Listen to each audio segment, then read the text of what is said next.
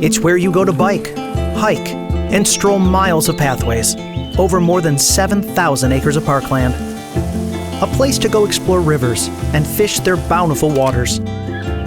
Natural places to go marvel at magnificent wildlife while you play outdoors and go wander charming communities. Find all this and more at Destination Downriver. Give it a go. Today's podcast is presented by MarketInsights.us, with the podcast on YouTube produced by the City of Taylor's Media Center. Thank you for the generous support of our community sponsor. When your destination is beyond Downriver, let Martinson Family of Funeral Homes help you and your family. With locations in Trenton, Allen Park, Mabee, Rockwood, and Monroe, their staff is available 24/7 at 734-671-5400. For more information, visit martinson.com. Thank you to our team sponsor, Allegra Marketing, Print, and Design. Let Allegra assist you with your print, mail, design, and signs. Located in Wyandotte, and call 734-288-8994. Welcome to the April edition of Destination Downriver. I'm your host, Karl Ziomek. Today, we'll be discussing how diversity and inclusion are helping drive this area's economic resurgence. We're just over a week away from Cinco de Mayo. Those activities focus more on enjoying great food and drink than its actual historic origins. This is an ideal time to examine one unique asset of our area, the dramatic growth of business startups and minority business enterprises. Downriver has always been a melting pot of cultures and ethnicities. More recently, we've experienced growth in our local communities spurred by a number of minority-owned enterprises. They are fast-growing, innovative, and represented in every sector. Over the last 10 years, minority business enterprises accounted for more than 50% of the new 2 million businesses started in the United States. They created 4.7 million jobs nationally. Joining us shortly will be the owners of 3 very different Hispanic-owned businesses. Monica and Gerardo Melgarejo, owners and founders of Atwater Street Tacos and Station 24, both in Flat Rock.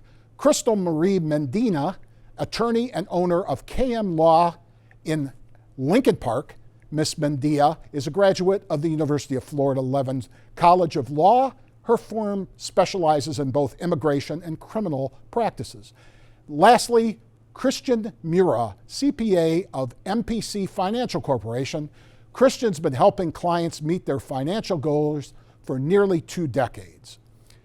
MPC is an accounting firm that offers an array of financial management services. We'll get to all of them when we turn the page on this edition of Destination Downriver. Karl Ziomek back with you, and I've got my sidekick here, Ron Hinrichs, CEO of the Chamber.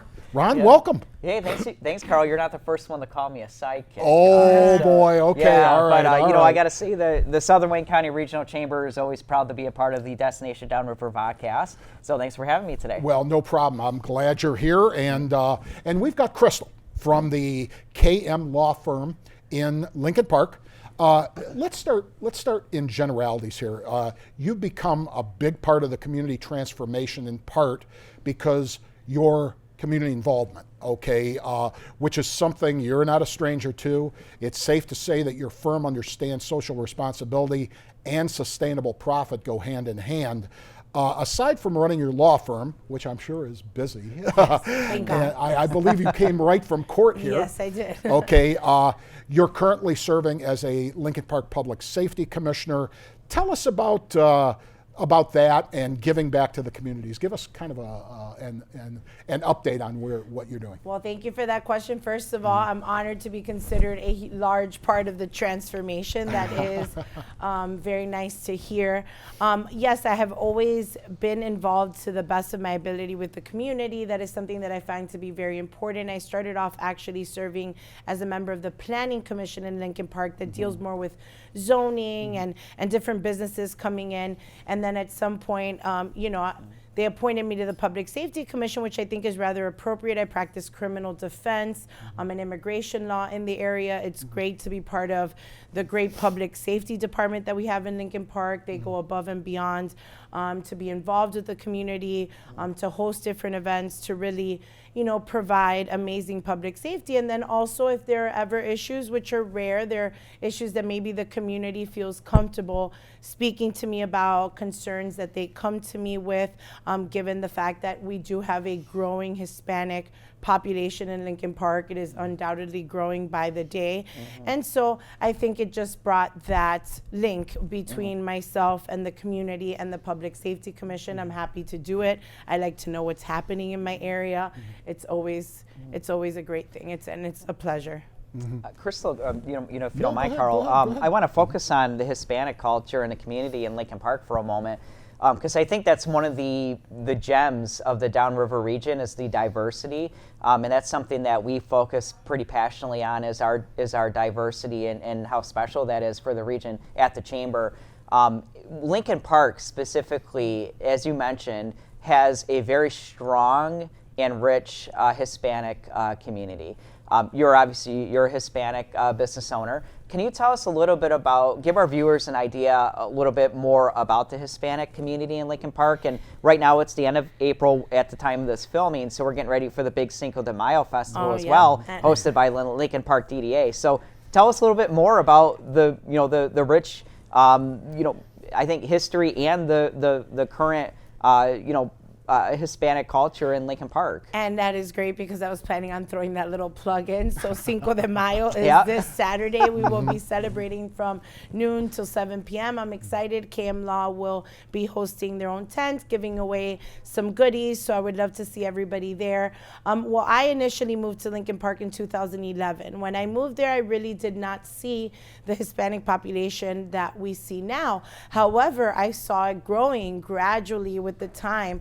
And so right around 2014, that's when I thought, this would be a great place to have my law firm to be able to cater to these individuals that are moving into the area. It has grown, you could tell by the local businesses. So whether it's, beauty supply stores or hairstyle, manicure, restaurants. We have a salsa dancing studio on 4th Street. So you can see with regards to the businesses, also all the beautiful work that is being done on so many homes. You have amazing homes, nice upkeep, and you definitely can see just a gradual increase in that Hispanic community in Lincoln Park. And coming back from a time when I first moved to Lincoln Park, half of the houses, it was a very difficult economic time. Half of the houses were vacant.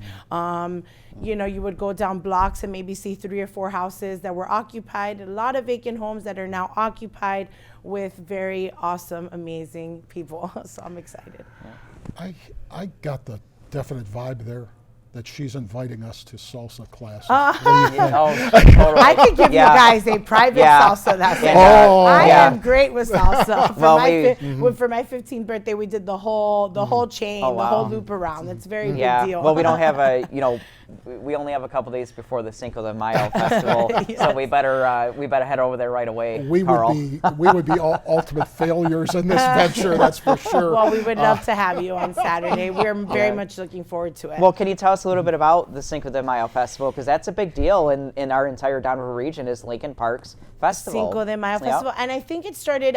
Don't quote me exactly, but I know it was right around shortly after I opened up the office. So I think it was 2015 was our first year. It was very successful. We had it straight through. Of course, unfortunately, the pandemic. We did not have it hosted for 2 years. We had another one last year, and it's just always amazing. Normally, the Consul of Mexico will come out. We'll have different performers, food trucks, different vendors. It's just a very nice, and again, the public safety department, which makes sure everybody feels welcome and is safe, and it's just a great day of fun. So it's pretty amazing. Focus on immigration law. That kind of caught me. A challenge in these days? Yes, most definitely a challenge. I also think more than anything it is because of the lack of information, or I guess accurate information. I think a lot of people have a lot of conceptions of, legalize your status, do your paperwork. It's not that simple. Obviously, I would need about a 3-hour session to get into all of that. And I don't want to get into it too much, but the point is it's definitely something that it very much is dominated by where we're at in terms of politics, what different policies are. It fluctuates, and so it is a very difficult area of law, definitely. And we also practice a lot of criminal defense. So people that maybe made a mistake, like so many other people, but have dire consequences that they're going to suffer. So we focus on really bringing those potential consequences for them to light, negotiating cases or resolving them in a way to try to protect them as best as we can. So it's kind of a combination of the two. Since you came from Miami and then came up here, can you give us, and I don't know whether you can or not, southern border versus the Canadian Detroit border. Significant differences there, or? Is there no comment? Is there no that's fair. No, that is fair. Again, because we just get into so many. Yeah, because I don't want to launch out on that. It jumped out. It's obviously very different, for very many reasons. I think again, our actions a lot have to do also with what's going on. I think. Again, there's a way to resolve this by, I think, legalizing so many millions of people, of immigrants that have been here for 20 years, 30 years. They have children, they've been paying taxes, help those people, legalize those people, maybe put that money into additional efforts that obviously need to be made at the border right now. And so it's just complicated. Very one complicated. thing that, really stands out to me, not just about Lincoln Park, but the entire Downriver region, is the fact that we truly are like an international community. Yes. Not only we're obviously right on the river, which is an international border, right, with Canada, but the diversity of Downriver, and it really makes us kind of an international community. And it's a very nice community at those events, and you go, and again, the officers, they know the neighbors, and the mayor, he knows, people in the city and the other local attorney, and we all get along, and we're very cordial with one another, if not, laughable all the time with one another, cracking jokes. It's just a very nice community to be a part of. I say it all the time. I enjoyed Miami, Florida very much. I know a lot of people are very confused by my move over here, but I am very blessed to have found a community of attorneys that we help each other very much. That is not always the environment that there is in South Florida, as well as just my neighbors. I mean, my neighbors in Lincoln Park are amazing. They watch out for me. I mean, if somebody just pulls up into my driveway, I'm getting 3 different phone calls. I'm like, all right, people, I had an appointment scheduled. I know there's someone there, but I'm very thankful and I'm very blessed. And you don't find that sense of community very often, and so that is my favorite part of Lincoln Park. Not so much the physical structure I live in, but what I'm surrounded by. Sounds like you're very, very into really being a participant in your community. I try as much as my time allows. I try. And let's dive into that just for a moment. On a lot of these vodcasts, we talk to restaurant owners, and we're going to do that today, of course, in retail shops and arts and entertainment, things like that. But we don't often talk to an attorney. So tell us about how does an attorney become involved in the community? And I know you can focus on Lincoln Park, but speaking to the other professions out there that we don't typically talk to when it comes to travel and tourism, how do you become involved in the community? I think it just depends on the person, right? I think a lot of times attorneys or maybe certain professions, again, we have long days, we see ourselves, we're like, okay, well, we did everything we needed to do for today, but my personality and my mom instilled this in me since I was a young girl, was always, I had the straight A's, you had to have the great grades, but you had to be the president of the Hispanic Bar Association and a member of the Key Club, and it always gave me the sense of community and happiness, which I think she was smart enough to know all went together, right? I would remain motivated, just like right now. I'm motivated to do a great job for my clients who are all part of the community that I'm involved in. It's about separating that time. And sometimes people don't see like an immediate benefit or how is this going to benefit me, but that isn't really what it's about. It's about being aware. It's being able to comment when somebody asks you, hey, Crystal, what's going on over here? Hey, I've had several people that have been arrested lately in this area, and me being able to address those concerns. And I think that's the important part. It's the willingness to take time and do that. And beyond Lincoln Park, I've been giving consultations at Lisette in Southwest Detroit since 2014, 5 hours approximately a week.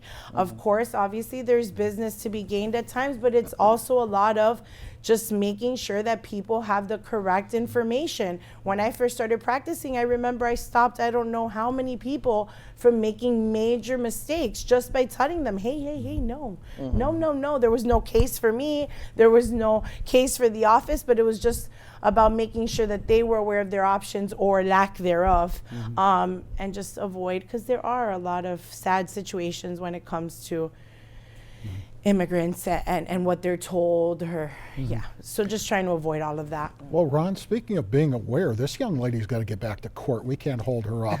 So we're going to turn the page on this one. Crystal, thank you for stopping in. Thank you so much. Really enjoyed having you. Thank you guys so much for having me. I really appreciate it. Okay, back with you, Karl Ziomek, Ron Hinrichs from the Chamber, and with us in this segment, Christian and Michael Mura, from the MPC Financial Corporation. Correct. Offer a variety of services. You were just telling us about those. Yes. Fire away. Oh, okay.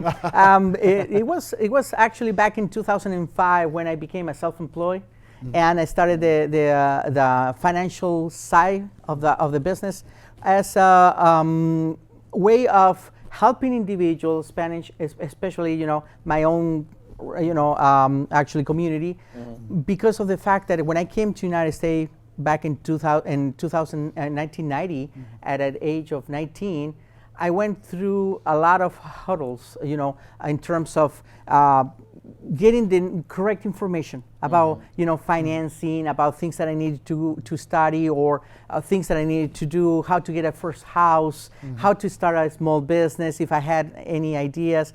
And those things the problems I encountered, they were so much that I felt that I needed to make a difference. So that's why I went to, to the university. I started getting my first license as a CPA. Then I got my license as an insurance producer, and then other licenses as, part of the IRS, and helping individuals to obtain ITIN numbers. And everything is all about helping, serving, educate the community, and trying to make a difference for many people who come to this country looking for something different, looking for something to do that is going to make a difference in their lives as of how they were in their own country.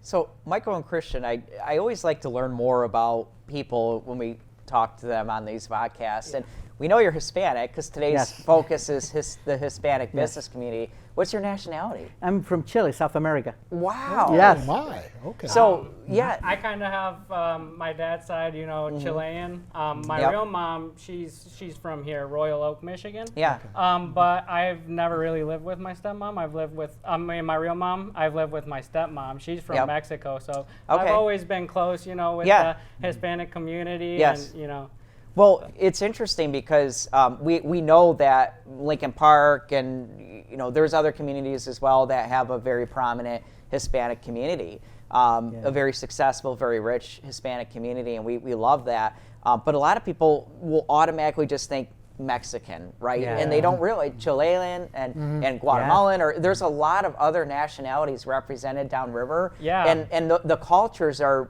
they have their own differences. Yeah, we don't work with just Mexican. We work we have clients who are Argentinian, Peru, from Peru, Colombia, from different places, from Spain, so. Well, we had a longtime employee who just recently retired, and she worked for the Chamber for over 30 years. She's Colombian. Oh, wow. She immigrated to the United States from Colombia, and she worked for us for over 30 years. A lot of people, like I said, don't realize that the Hispanic community itself is very diverse within itself. Yeah. Yes. Yeah. Given Christian's passion about the business, I don't think Michael had very many choices here. Well, it's something I decided to get into. You know, once I finally got into it, I realized it's not as hard as I once thought it was. You know, once you actually get into it and apply yourself, it's pretty easy. And I actually love working with the clients, helping them out with whatever they need. It's a good feeling.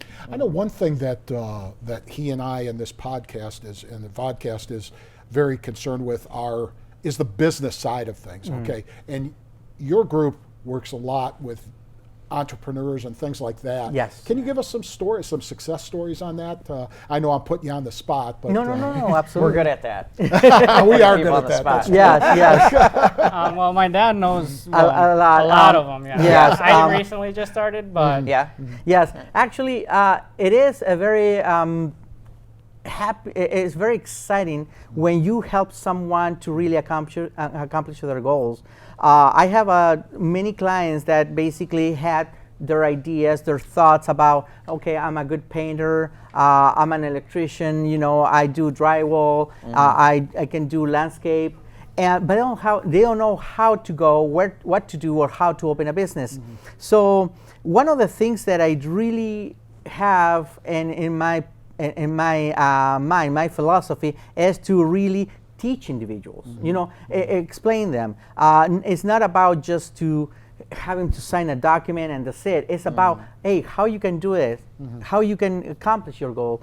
And throughout all these years, since I started the business, I have started to get a lot of friends. And they're not just clients, they're my friends in terms of, they even call me sometimes on a Sundays, sometimes I'm invited to their homes for a small, get together reunion, or una carne asada, how they call it, is sometimes gathering that they do. So the idea that all these individuals have had, and I have in fact one client that opened a small restaurant, was a small place where they were selling tacos. Now it's a big restaurant. So, and it's actually in Detroit, El Palenque Mexican restaurant, where this individual had the opportunity. I helped him, and right now is a very successful business owner that is thriving in their passion. He's a cook.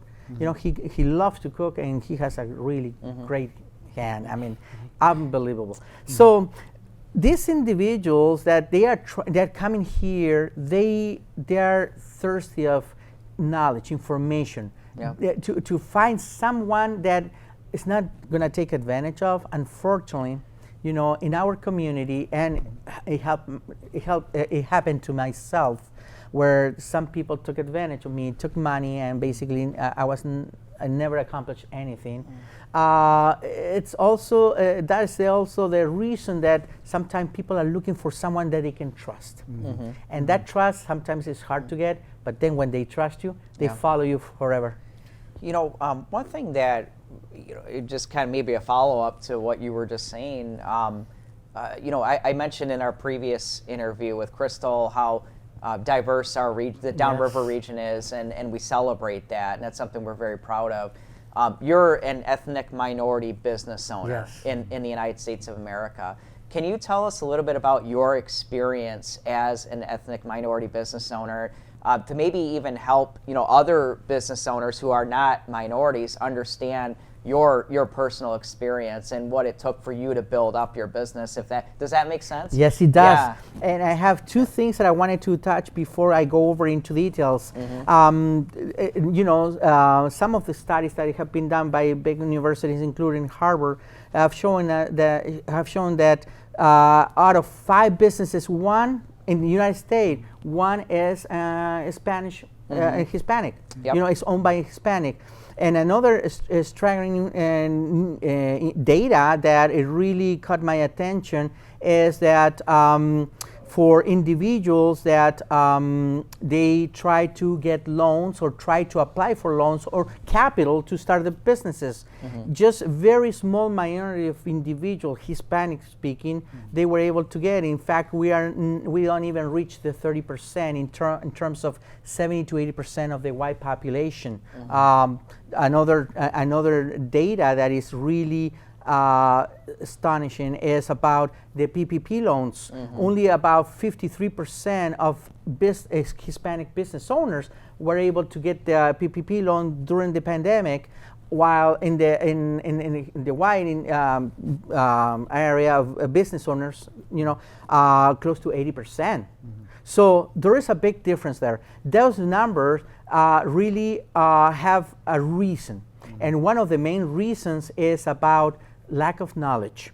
What are the banks looking for? What are the institutions or the things that you need to do to make yourself more successful in your path in the business? And that is one of the things that we do. We teach individuals how to save, what to do, how to get more attractable to the lenders, to the bank. It makes a difference. And Ron, one thing I can tell you, every individual at a certain point need capital. So one thing that in business owners, we as you said, we share the small portion of the business owners in the United States. It's about learning how to acquire capital, and how to basically get the money from the bank to help your business run. There are different things that I tell everyone. It's good to have debts. It's just about being wise how many debts you need to have, and always your debts have to be less than your income. But it is okay to have debts. In fact, IRS, obviously give you substantial, deductions if you have your debts, you have loans, if you pay interest, instead of using your own capital. So those are very important parts that you touched that people need to know about. I feel like, I'm sorry. No, I was just going to say, going off that, many of the clients, coming from a different country, there's a language barrier. So it's kind of difficult for them to speak with, people. So what we do when we have clients that come to us, sometimes, they'll say, oh, I work with this other company. They don't want to help me with this thing, or they don't know this thing. So what we try to do is we try to help them the most that we can. I think that's what builds the trust with them. And then once those clients come back, I've heard my coworkers say, oh, I've tried to talk to them. They only want to talk with you because they trust. There's that relationship. Exactly. Yep. And that's what we talk about all the time at the chamber. Yeah. Is we're part of our biggest reason for existing is to build relationships between business owners. They feel comfortable you do business with people you know and trust. That's the reality of it. Of course. Good point. And if you ever have a problem, I can go to those people and they can help me the best that they can. Exactly. Ron, I'm sorry to. No, go ahead. One of the things that really people love is to have someone or one area where you can cover different areas. Like, for instance, I started with income taxes back in 2005, income taxes. Then I moved into accounting where, we now provide, bookkeeping, payroll, paid of payroll taxes, we pay sales taxes, we open businesses, we help to keep track of their businesses, their expenses. Then we move into insurance. We also provide insurance, and now we are very excited that we have huge number of products that we offer in terms of insurance, including personal and business, workers' compensation, general liabilities, things that they need to do. We have individuals trained to teach you with OSHA regulations. So when you have businesses, you know what you need to do in terms of keeping track of the gear that your employees need to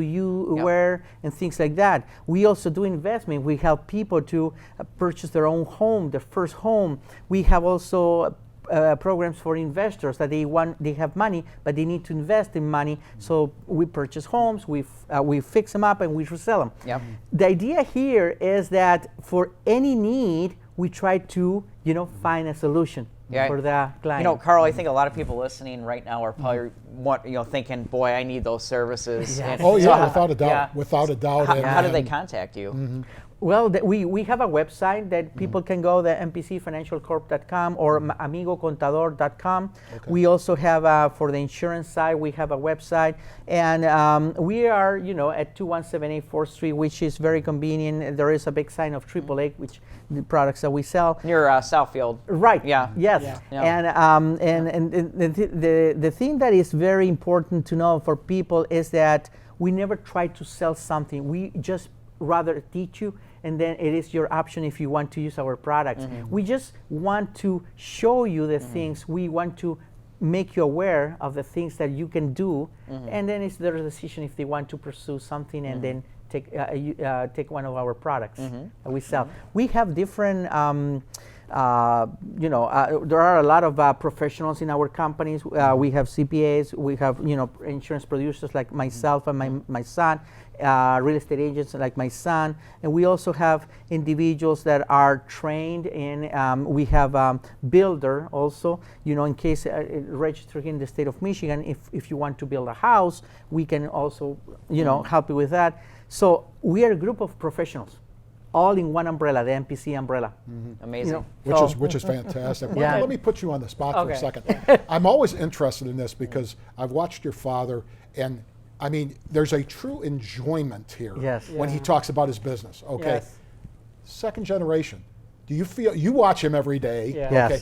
You feel you get the same enjoyment that he does out of it? I mean, yeah, I do. I mean, like I said, it's easy. It's not hard as long as you're there. And working with the clients, seeing them with a smile, seeing them happy with the services that we provide, it gives you a good feeling, So Well, there's nothing I'd rather do.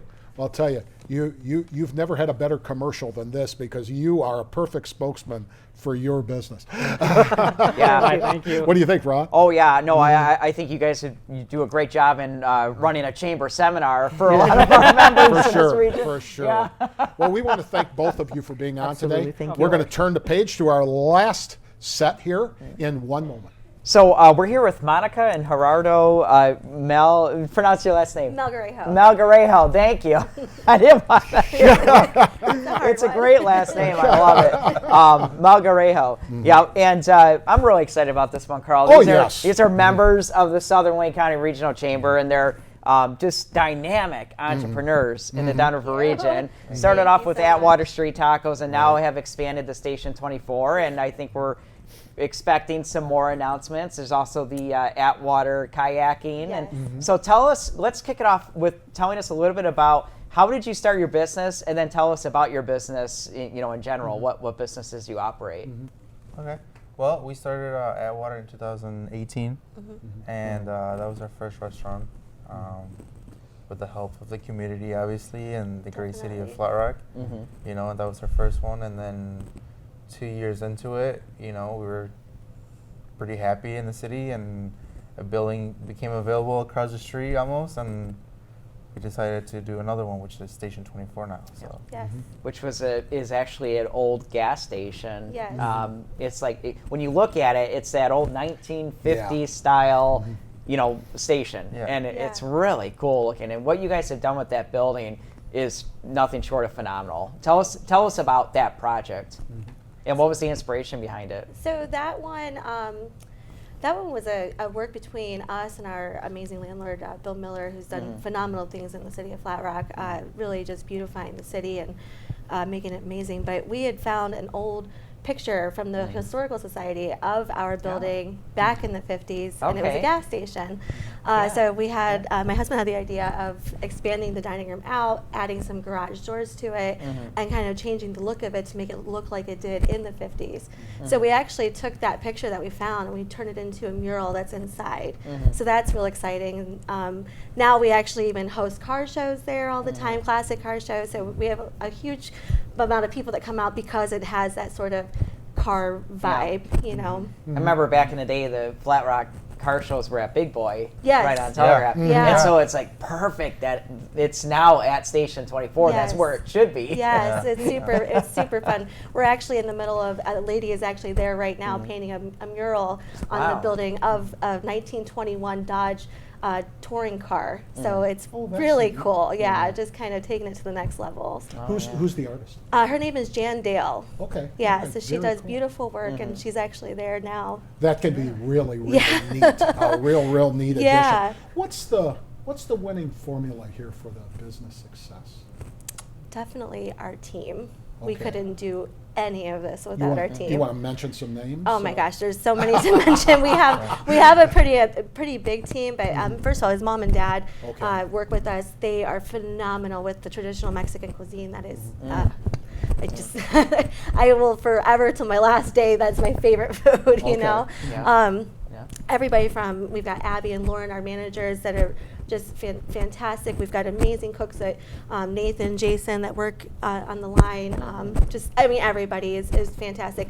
Over at Station 24, we actually just celebrated our 2-year anniversary, and we have 4 employees that opened with us on the very first day, and they're all still there. Yeah. Yes. They're still there. That's yes. that's Our nice. That's kitchen really manager, good in the restaurant industry. Our kitchen manager, Kaylin, our front of house manager, Kelly. We've got Regan, our nighttime manager, and then Haley too. So it's just, it's fantastic to have them with us literally since the first day. Yeah, you guys really, you're only, Station 24 is only 2 years old, and then I think Atwater Street Tacos launched in 2018. Yeah. But you guys are really have become like legendary eateries in the Downriver area. Everybody talks about Atwater and Station 24. So tell us a little bit about what's on your menu at both eateries. Well, definitely the Atwater Street Tacos obviously has tacos, and we try to duplicate stuff from my hometown because I was born in Mexico City.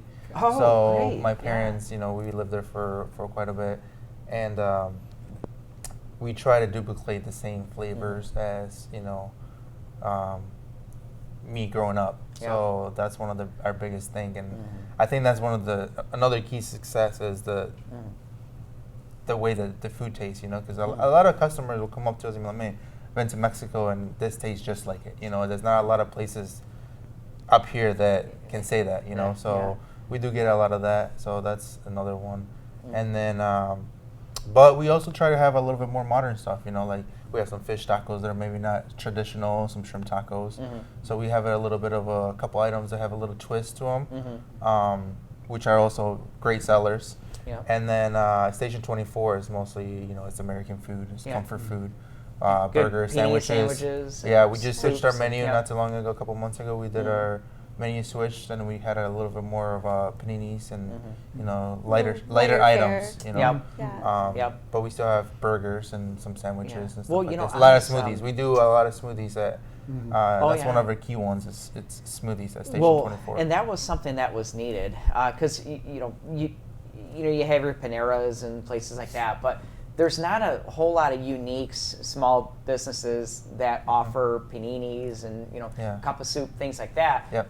And so I was personally really excited when you guys opened because I was looking for that, especially down in the Flat Rock, Brownstown area. Thank you. So that was a welcomed addition for a lot of people. Thank you. That's what we were really hoping for. But let me ask you, sorry to hog all No, this, Karl. you're fine, But one of the things that we always talk about, especially with our Destination Downriver campaign, is the fact that you can go there, eat, and then jump on a kayak at Atwater right on the Huron River. So can you tell us about that?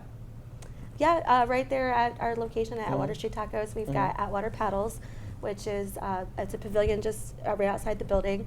It's about a 2-hour ride. You get on the Huron River. As soon as you're on the river, you're up north. I mean, it's just, it is beautiful, scenic, blue herons flying around, fish, turtles, just absolutely gorgeous. About 2-hour ride. We pick you up, bring you back to Atwater Paddles, where you can then, you get a little coupon that gives you 10% off Atwater Street Tacos, which people tend to like to have tacos after a little 2-hour workout, so they enjoy that. We've got a beautiful patio that overlooks the river, so that's, I mean, you can like literally spend a whole day in downtown Flat Rock. There's coffee shops nearby, there's delicious bakeries right across the street. You can like make an entire day. It's right small there. town America. Yes. Small town Yes. America. And it really is. I mean, it really is. It really is. Yeah. Did you have this type of vision when you first got into it? Absolutely not. Okay. How did it just start to piggyback? It did, it really naturally did. too. Very, like you said, very naturally, very organic. We, we always had a dream and a vision of owning a restaurant. It was G's Taco Bar. That's what it was for 5-6 years before we ever ended up where we are today. And we happened to drive by Atwater at the time, and it was, before it became Atwater Street Tacos, it was quite a different location as far as the look went. They completely, our landlord came in and completely beautified the entire building, and we kind of came into it in the process of that, and we were just, our curiosity just was very piqued on this building, you know, and then slowly but surely Atwater became more of a vision and came to life, and then from there the opportunity to open up Atwater Paddles came, and it felt like it was the right time and the right situation for us, so we dabbled in that. We both liked kayaking, but we never thought we would own a kayaking business. I didn't. No, definitely but not. it's been a huge fun. It's an interesting feeling sometimes when you walk outside and kind of look around and you go, whoa,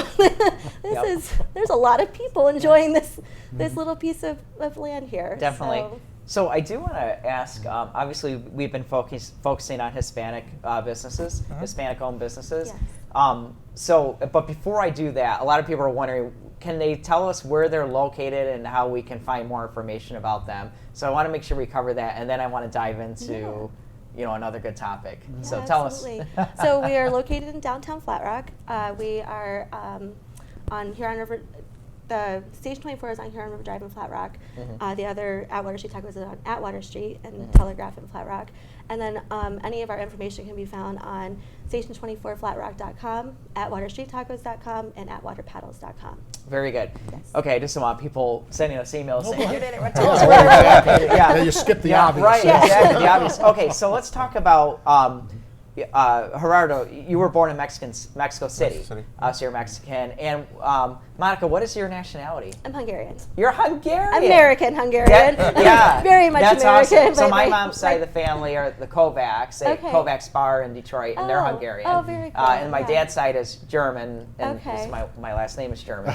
So this is a great combination, especially when you're talking about food, Hungarian food and Mexican food. So tell us, what was your experience opening a business as an ethnic minority in the Downriver region? I think it was great. I don't think there was any setbacks or anything like that. I think the city of Flat Rock treated me and her just like anybody else. It was a good experience. It was fun. It was our first business. It was our first business, so everything went smoothly. And I mean, City of Flat Rock just was able to accommodate everything for us and open the door for us, and literally just,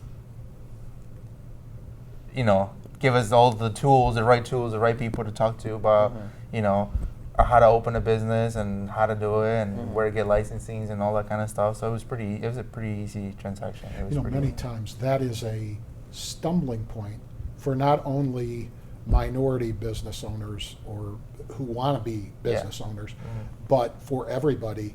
The process sometimes can be difficult, but you're saying in Flat Rock, it sounds like it was friendly, inviting, and you got what you wanted out of it. Just like Taylor, right? Yeah. Well, you would hope that, okay, and I do think we try. I know that Flat Rock being smaller, okay, it gives you a little bit different feel. It does. Just a different experience. Yeah. But I mean, I can see how some other cities will give somebody a hard time, because even obviously she's American and I'm Mexican, and we still have some little issues here and there that we because I'm Hispanic, so it's not big setbacks, but you can see the difference on some of the stuff.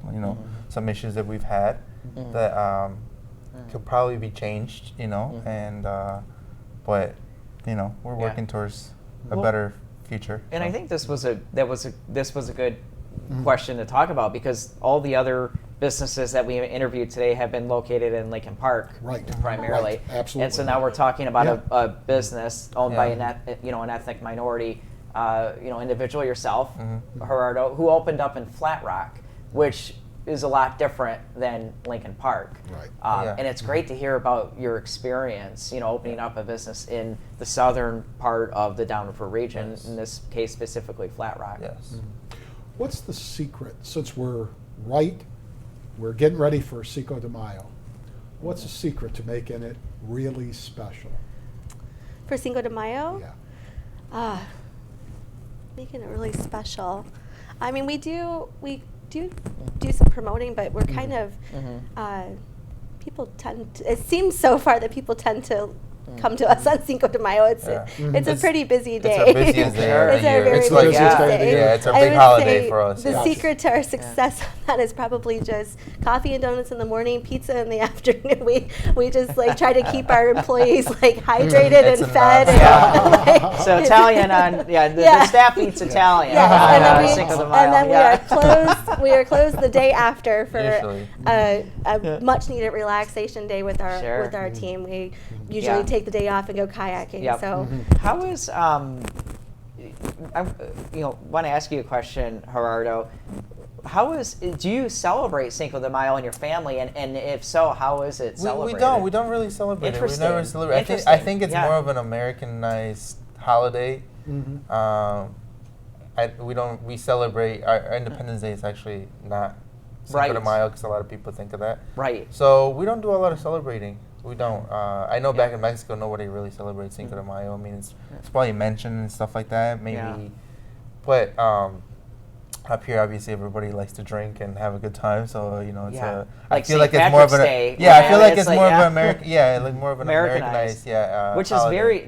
that could be a whole nother Isn't that conversation true? there. Yeah. It's very interesting because my wife's family is Mexican. Oh, really? Yes. I didn't know that. And and so I go to family reunions with my wife, and the family's up in Saginaw, and so there is a lot of perception, or there's not a whole lot of good clear understanding, I think. Right. Like for example, the Cinco de Mayo issue. It's you're telling me that that's really not even something that you guys focus on as a celebration. No. we which still is have very fun. We have interesting. fun with it. We have a ton of fun. We dress up and have beads and wear little sombreros. Yeah. And we have a great time. We make it a ton of fun. And you make some money off of it. Yeah, Right? yeah, So absolutely. sell a lot of good food on Cinco de Mayo. It's definitely it's a good fun day, but it is definitely our busiest day of the year. Yeah. We usually start prepping about a week before.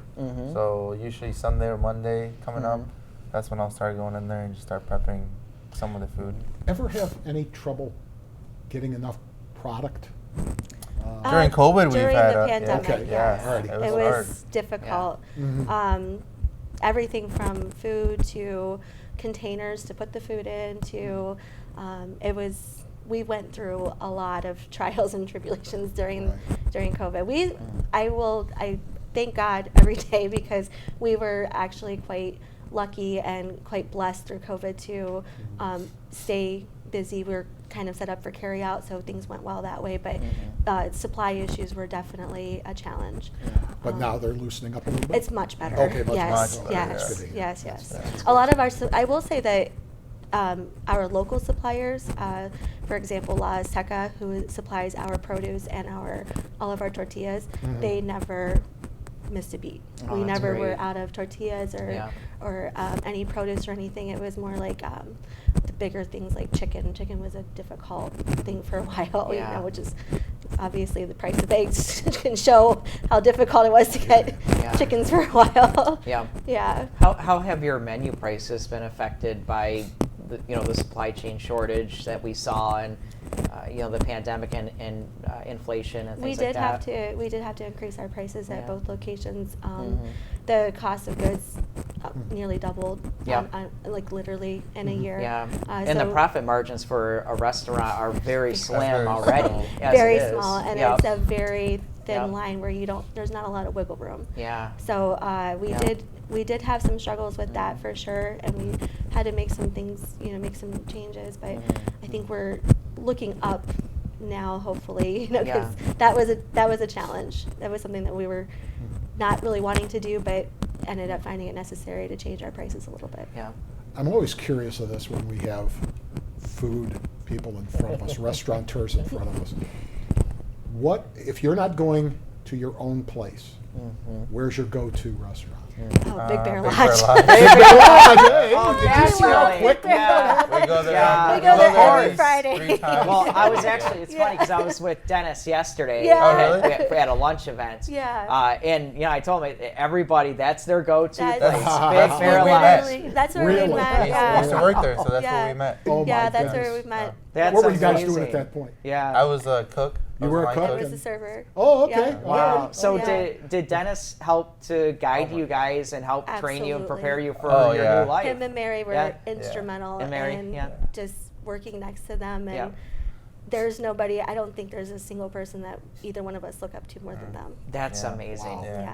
They Wow. are That's, Yeah. Yeah. fantastic He's at like- what that's they quite do. an endorsement. Big idols. Yes. Yeah. Huge idols. Yeah. That's fantastic. And Yeah.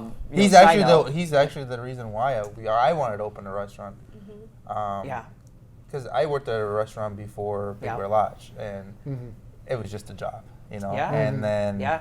I got the opportunity to get a job closer to home because I was driving 15 minutes before, and then Big Bear Lodge was like 5 minutes from my house. So then Yeah. I got a job there, and I was there for 7 years.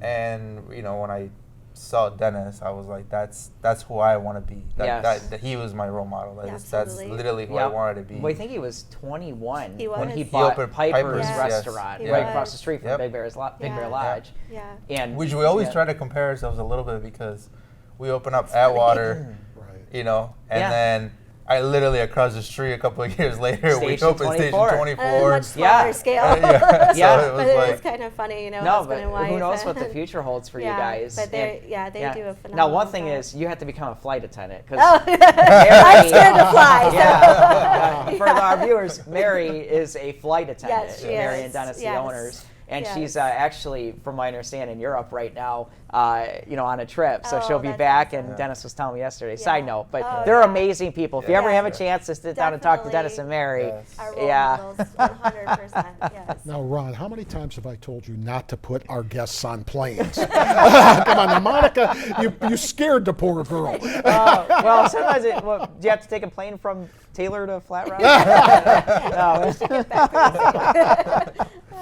Well, we want to thank you for Thank being on you. today. Thank you Good guys luck for in your business. having us. Where do you want to be in 5 years, 10 years? On a beach with Mary. Bingo.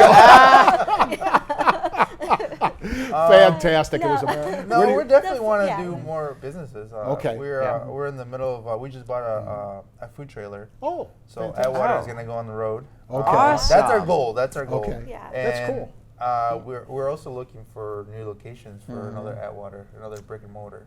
So hopefully in the next year we're. I got to tell you, all of our municipalities are going to be battling for that. Yeah, they For are. that location. They are. So They're that's, going that's, to. out. that's Yeah. probably our big news is that's what Yeah. we're planning on the next year or so. Everybody's going to want you guys. Oh, goodness. Oh, that's Thank you. fantastic. That's very flattering. You're much in demand, but we want to thank you guys for coming on the Thank set you with for us having today. us. This has been a real pleasure. Same. Likewise. Thank you guys. Thanks. Thank you. Okay, that's it for our show today. I want to thank all our guests for coming in, and we'll see you next month on another edition of Destination Downriver. Thank you again to our sponsors, Martinson Family of Funeral Homes and Allegra Marketing, with a special thanks to our production partners here at the new Taylor Media Center. Thanks for listening and watching. Please visit our website, destinationdownriver.com, or our Facebook page, and be sure to join us for next month's podcast.